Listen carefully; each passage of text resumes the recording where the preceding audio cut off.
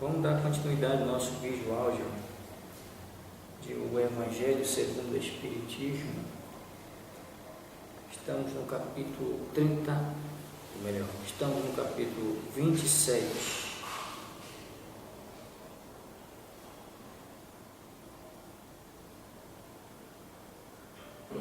Preces inteligíveis. Se não entendo o que significam as palavras, eu serei bárbaro para aquele com quem falo, e aquele que me fala será para mim bárbaro. Se oro numa língua que não entendo, meu coração ora, mas minha inteligência está sem fruto.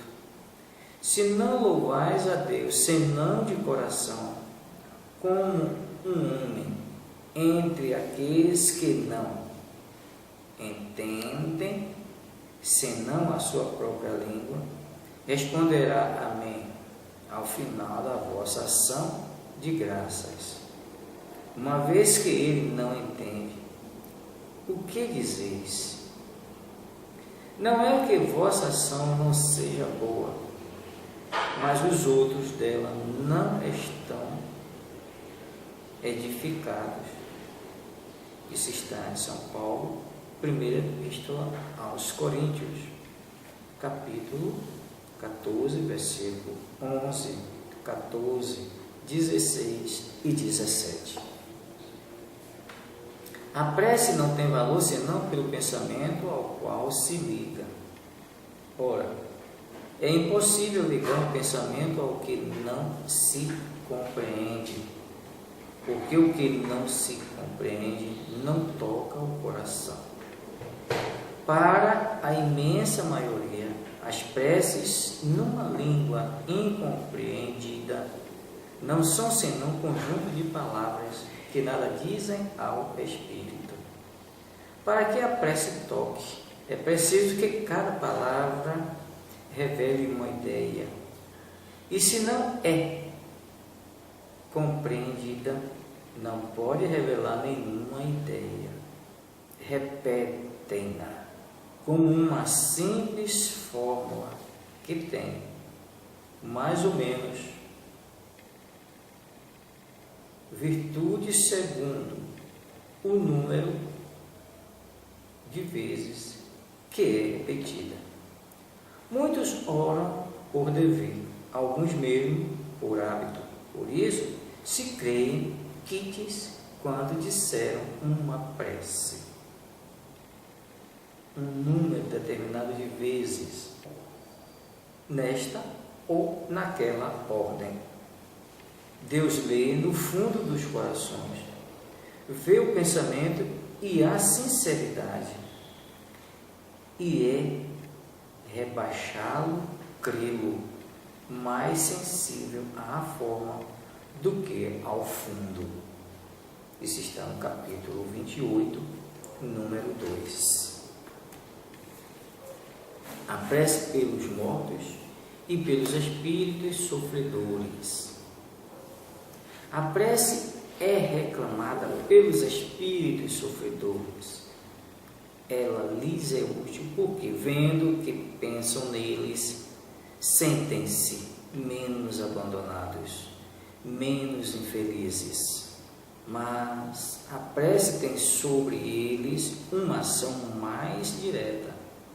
Reergue-lhes a coragem, excita-lhes o desejo de se elevar pelo arrependimento e pela reparação, e pode desviá-los do pensamento do mal. É nesse sentido que ela não só pode aliviar, mas abreviar seus sofrimentos. Desde o céu e o inferno, segunda parte, exemplos. Certas pessoas que não admitem a prece pelos mortos, porque na sua crença não há para a alma senão duas alternativas: se salva ou condenada às penas eternas, e num e no outro caso a prece é inútil, sem discutir o valor dessa crença, admitamos por um instante a realidade das penas eternas e irremessíveis e que as nossas preces sejam impotentes para dispor um termo. Perguntamos se nessa hipótese é lógico, caridoso e cristão rejeitar a prece pelos condenados. Essas preces, por impotentes que sejam, para os livrar, não são para eles um sinal de piedade que pode dulcificar seu sofrimento sobre a terra quando um homem é condenado perpetuamente, no caso mesmo que ele não tenha nenhuma esperança de obter graça. É proibido a uma pessoa caridosa e sustentar suas correntes para lhes aliviar o peso? Quando alguém está atacado de um mal incurável, por que não oferece nenhuma esperança de cura? É preciso abandoná-lo sem nenhum alívio? Imaginai que entre os condenados pode-se encontrar uma pessoa que vos foi cara, um amigo, talvez um pai, uma mãe ou um filho, e por que, segundo vós, não poderá esperar sua graça? Lhe suscitareis um copo de água para estancar-lhes a sede? Um bálsamo para secar-lhes as feridas? Não farias por ele o que farias por um prisioneiro? Não lhes darias um testemunho de amor, uma consolação? Não, isso não seria cristão. Uma crença que resseca o coração não pode se aliviar com a de um Deus que coloca em primeiro lugar, entre os deveres, o amor ao próximo. A não eternidade das penas não implica a negação de uma penalidade temporária, porque Deus, na sua justiça, não pode confundir o bem e o mal.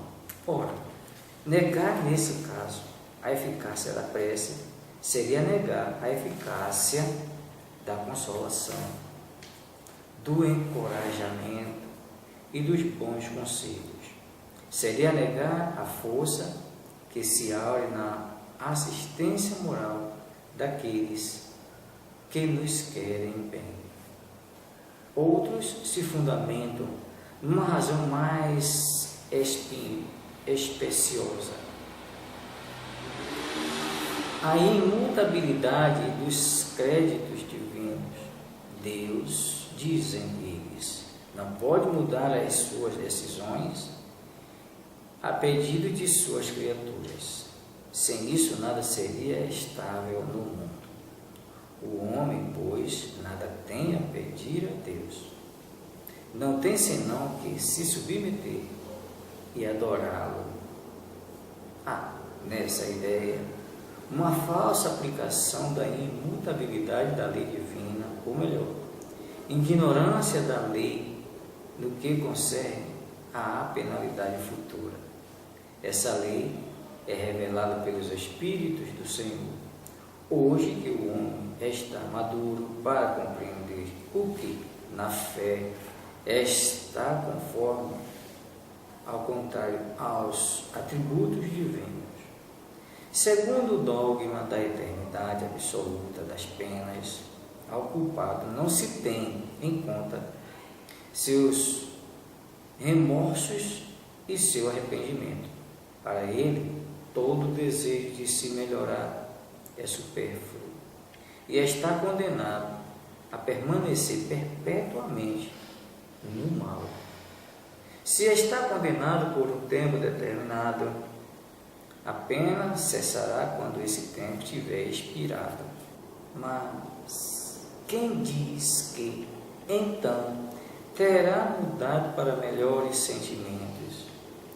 Quem diz que, a exemplo de muitos condenados na terra, na sua saída da prisão, não será tão mal quanto antes. No primeiro caso, seria manter na dor do castigo um homem que retornou ao bem. No segundo, apreciar aquele que permaneceu culpado. A lei de Deus é mais previdente que essa, sempre justa, equitativa e misericordiosa. Não fixa nenhuma duração à pena, qualquer que seja. Ela se resume assim: o homem suporta sempre a consequência das suas faltas. Não há uma só infração à lei de Deus que não tenha punição. A severidade do castigo é proporcional à gravidade da falta. A duração do castigo para qualquer falta é indeterminada e está subordinada ao arrependimento do culpado e seu retorno ao bem. A pena dura tanto quanto a obstinação no mal, e seria perpétua se a obstinação fosse perpétua. Se curta duração, se o arrependimento chega logo, desde que o culpado clame por misericórdia, Deus o ouve e lhe envia a esperança. Mas o simples remorso do mal não basta, pois é precisa a reparação. Por isso, o culpado é submetido a novas provas, nas quais pode sempre, por sua vontade, fazer o bem em reparação ao mal que fez. O homem é assim, constantemente o hábito de sua própria sorte, podendo abreviar seu suplício ou prolongá-lo indefinidamente. Sua felicidade ou sua infelicidade depende da sua vontade de fazer o bem. Tal é a lei imutável e conforme a bondade e a justiça de Deus. O espírito culpado e infeliz pode assim sempre salvar-se a si mesmo. A lei de Deus lhe diz em que condições pode fazê-lo. Frequentemente, o que lhe falta é a vontade, a força, a coragem. Se por vossas preces nós lhe inspiramos essa vontade, se o sustentamos e encorajamos, se por nossos conselhos nós lhes damos as luzes que lhe faltam, ao invés de solicitar a Deus a derrogação da sua lei, nos tornamos instrumentos para a execução da sua lei de amor e de caridade. Vede o céu e o inferno, primeira parte, capítulo 4, 7 e 8. Instruções dos Espíritos, maneira de orar. O primeiro dever de toda criatura humana, o primeiro ato que deve assinalar-lhe o retorno à vida ativa de cada dia é a prece. Quase todos nós orais, mas quão poucos sabem orar. Que importa ao Senhor as frases que ligais maquinalmente umas às outras, porque disso tendes hábito. É um dever que vos impondes e, como todo dever, vos pesa. A prece do cristão, do espírita, de qualquer culto que seja, deve ser feita desde que o espírito retomou o jugo da carne. Deve se elevar aos pés da majestade divina, com humildade, com profundidade, num arrebatamento de gratidão por todos os benefícios concedidos até esse dia, pela noite que se escoou e durante a qual vos foi permitido, embora inconscientemente, retornar junto de vossos amigos, de vossos guias, para aurir ao seu contato mais força e perseverança. Ela deve se elevar humildes aos pés do Senhor, para lhe recomendar vossa fraqueza. Pedi seu apoio, sua indulgência, sua misericórdia. Deve ser profunda, porque é vossa alma que deve se elevar até o Criador, que deve se transfigurar como Jesus no Tabor e tornar-se alva e irradiante de esperança e de amor. Vossa prece deve encerrar o pedido das graças de que tendes necessidade, mas uma necessidade real. Inútil, pois, pedi ao Senhor abreviar as vossas provas, vos dá as alegrias e a riqueza. Pedi-lhes para vos conceder os bens mais preciosos da paciência, da resignação e da fé. Não digais como ocorre a muitos entre vós, não vale a pena orar, uma vez que Deus não me atende. Que pedis a Deus, na maioria das vezes, frequentemente pensaste em lhe pedir o vosso melhoramento moral?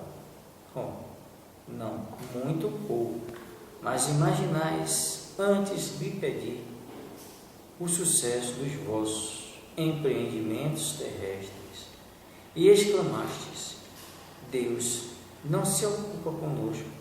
Se disso se ocupasse, não haveria tantas injustiças, insensatos, ingratos. Se descesseis ao fundo da vossa consciência, encontraríeis quase sempre em vós mesmo o ponto de partida dos males dos quais vos lamentais.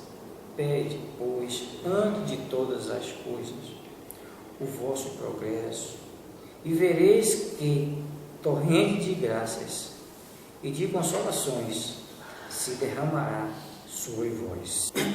Capítulo 5, número 4. Deveis orar sem cessar, sem para isso vos recolherdes em vosso aposento, ou ajoelhar nas praças públicas. A prece diária é o cumprimento dos vossos deveres sem exceção, de qualquer natureza que eles sejam. Não é um ato de amor ao vosso Senhor assistir vossos irmãos numa necessidade qualquer, moral ou física? Não é fazer um ato de reconhecimento, elevar vosso pensamento até Ele quando uma alegria vos chega, um acidente é evitado, mesmo quando uma contrariedade só vos aflora.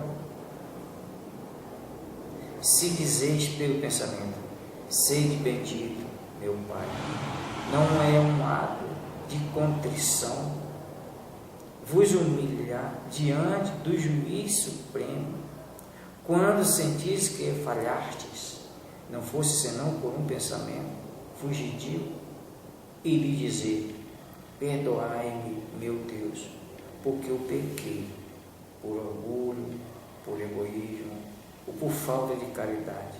Dai-me a força de não mais falhar e a coragem de reparar. Isso é independente das preces. Isso é independente das preces regulares da manhã e da tarde e dos dias consagrados. Mas, como vedes, a prece pode ser de todos os instantes, sem ocasionar nenhuma interrupção aos vossos trabalhos. Ao contrário, elas os santificam. E crede bem que um só desses pensamentos partindo do coração, é mais ouvido por vosso Pai Celestial do que as longas preces ditadas pelo hábito, frequentemente sem causa determinada, e às quais a hora convencionada vos lembra maquinalmente. Aqui tem V. Monod, Bordeaux, 1862. Alegria da prece. Vinde vós que quereis crer, os espíritos celestes acorrem e vêm vos anunciar grandes coisas. Deus, meus filhos, abre seus tesouros para vos dar todos os seus benefícios. Homens incrédulos, se soubesses quanto a fé faz bem ao coração e leva a alma ao arrependimento e à prece. A prece, como são tocantes as palavras que saem da boca que ora. A prece é um orvalho divino que destrói o maior calor das paixões. Filha primogênita da fé, ela nos conduz ao caminho que leva a Deus, no recolhimento e na solidão. Estais com Deus. Para vós não há mais mistérios, eles se vos revelam. Apóstolos do pensamento, para vós é a vida. Vossa alma se desliga da matéria e rola nesses mundos infinitos e etéreos que os pobres humanos desconhecem. Marchai nos caminhos da prece e ouvireis a voz dos anjos. Que harmonia! Não mais os ruídos confusos e a entonação aguda da terra. São as liras dos arcanjos, a voz doce e suave dos serafins, mais leves que as brisas da manhã, quando brincam nas folhagens dos vossos grandes bosques. Em que delícias caminhareis?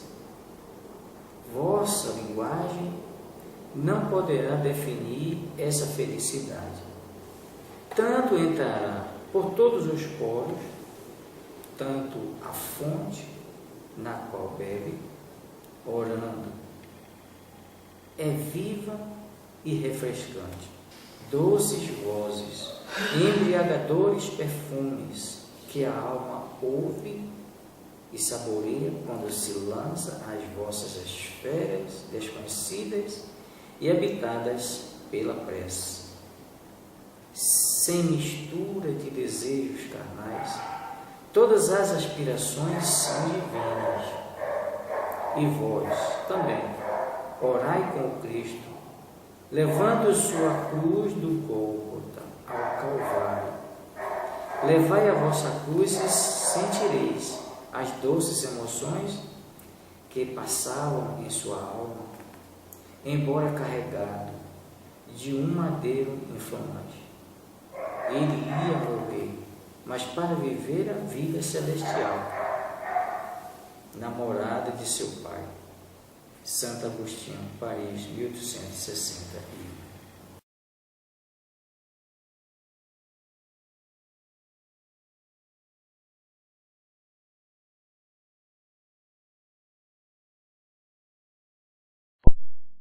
Grau correção. 18. Os espíritos sofredores reclamam prece e estas lhes são proveitosas, porque, verificando que há quem neles pense, menos abandonados se sentem, menos infelizes. Entretanto, a prece tem sobre eles ação mais direta que animal, ímpetos de desejo de se elevarem pelo arrependimento e pela reparação, possivelmente, desviando do mau pensamento. E nesse sentido que lhes pode não só aliviar, como abreviar o sofrimento. Veja-se o céu e o inferno. Segunda parte, exemplos pontos. 2 graus correção. 19. Pessoas a que não admitem a prece pelos mortos, porque, segundo acreditam, a alma só tem 2 alternativas: ser salva ou ser condenada às penas eternas, resultando, pois, em ambos os casos, inútil a prece. Sem discutir o valor dessa crença, admitamos, por instante, a realidade das penas eternas e infinitez de que as nossas preces sejam limítrofes para lhes pôr termos. Perguntamos se, nessa hipótese, será lógico, será caridoso, será cristão recusar a prece pelos petrolos. Já expresso, por mais limítrofes que fossem para os liberar, não lhes seriam uma demonstração de piedade capaz de abrandar-lhes o sofrimento. Na terra, quando um homem é condenado a galera perpétua, quando mesmo não haja a mínima esperança de obter-se para ele perdão, será despejo a uma pessoa caridosa e carregar-lhe os grilhões, para aliviá-lo do peso. Visto. Quem sendo alguém atacado de mal incurável, dever-se-á, por não haver para o doente esperança nenhuma de cura, abandoná-lo, sem lhe proporcionar qualquer alívio. Lembrai-vos de que, entre os petrolos, pode achar-se uma pessoa que vos foi cara, um amigo, talvez um pai, uma mãe, ou um filho, e dizer-se, não havendo, segundo credo, possibilidade de ser perdoado este ente, vos recusareis um copo d'água para mitigar-lhe a sede. Um bálsamo que lhe seque as chagas. Não fareis por ele o que fareis por um galé. Não lhe dareis uma prova de amor, uma consolação. Não, esse cristão não seria. Uma crença que perpetua. O coração é incompatível com a crença em um Deus que põe na primeira categoria dos deveres do amor ao próximo. A não eternidade das penas não implica a negação de uma penalidade temporária, dado não ser possível que Deus, em sua justiça, confunda o bem e o mal ora, e negar, neste caso, a eficácia da prece. Fora negar a eficácia da consolação, dos encorajamentos, dos bons conselhos, fora negar a força que nos dá assistência moral dos que nos querem bem. 20. Outros que tenham uma razão mais respeitosa, a imutabilidade dos decretos divinos. Deus, dizem estes, não pode mudar as suas decisões a pedido das criaturas, a não ser assim, careceria de estabilidade o mundo. O homem, pois, nada tem de pedir a Deus, quando sabendo submeter-se e adorá-lo. Há, nesse modo de raciocinar, uma aplicação falsa do princípio da imutabilidade da lei divina, ou melhor, ignorância da lei, no que concerne à penalidade futura. Essa lei revela-na hoje os Espíritos do Senhor, quando o homem se tornou suficientemente maduro para compreender o que, na fé, é conforme ou contrário aos atributos divinos. Segundo o dogma da eternidade absoluta das penas, não se leva em conta ao culpado o sinopse, nem o arrependimento. É inútil todo desejo de melhorar-se, está condenado a conservar-se perpetuamente no mal. Se a sua condenação foi por determinado tempo, a pena cessará, uma vez expirado esse tempo. Mas, quem poderá afirmar que ele então possua melhores sentimentos? Quem poderá dizer que, a exemplo de muitos condenados da terra, ao sair da prisão, ele não seja tão mau quanto antes? No primeiro caso, seria manter na dor de castigo um homem que voltou ao bem, no segundo, seria agraciar a um que continua culpado. A lei de Deus é mais previdente. sempre justa, equitativa e misericordiosa, não estabelece para a pena, qualquer que esta seja, duração alguma. Ela se resume assim. 21. O homem sofre sempre a consequência de suas faltas, não há uma só infração à lei de Deus que fique sem a correspondente punição. A severidade do castigo é proporcionada à gravidade da falta. Indeterminada é a duração do castigo, para qualquer falta, fica subordinada ao arrependimento do culpado e ao seu retorno à senda do bem. A pena dura tanto quanto a obstinação no mal, seria perpétua, se perpétua fosse a obstinação, dura pouco, se pronto é o arrependimento. Desde que o culpado clame por misericórdia, Deus o ouve e lhe concede a esperança. Mas, não basta o simples pesar do mal causado, é necessária a reparação, pelo que o culpado se vê submetido a novas provas em que pode, sempre por sua livre vontade, praticar o bem, reparando o mal que haja feito.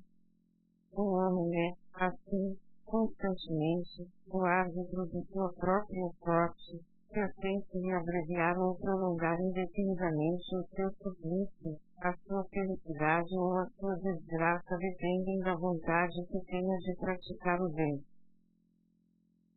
Qual a lei imutável e em conformidade com a bondade e a justiça de Deus.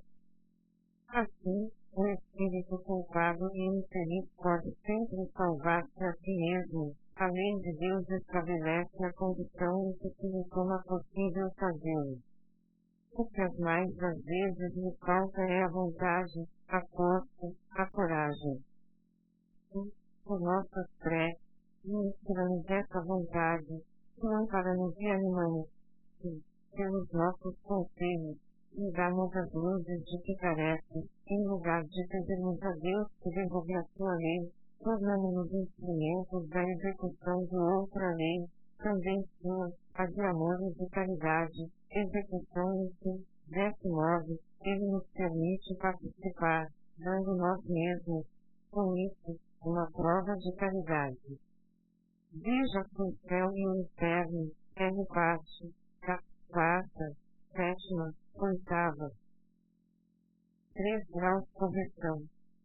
O dever primordial de toda criatura humana, o primeiro ato que deve assinalar a sua volta à vida ativa de cada dia, é a prece. Quase todos vós orais, mas quão poucos são os que sabem orar. Importam ao Senhor as frases que maquinalmente articulais umas às outras, fazendo disso um hábito, um dever que compromisso vos pesa como qualquer dever. 4 graus correção. Seja bendito, meu Pai. Não é ato de contrição vos humilhar-vos diante do Supremo Juiz, quando se falece, ainda que somente por um pensamento fugaz, para lhe dizer: perdoai-me, meu Deus, pois pequei, por orgulho, por egoísmo, ou por falta de caridade. Dai-me força para não falir de novo e coragem para a reparação da minha falta. 5 graus correção. Avançai, avançai pelas vareiras da prece e ouvireis as vozes dos anjos. Que harmonia!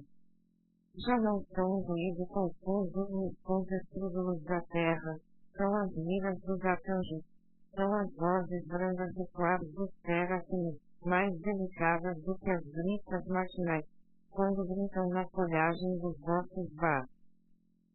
Por entre que delícias não caminharei.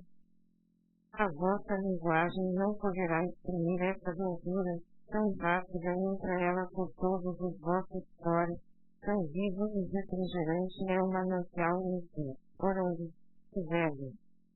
Suntuosas vozes, inebriantes perfumes, que a alma ouve e atira, quando se lança a essas esferas desconhecidas e habitadas pela prece. Sem estes desejos carnais, são dignas todas as aspirações.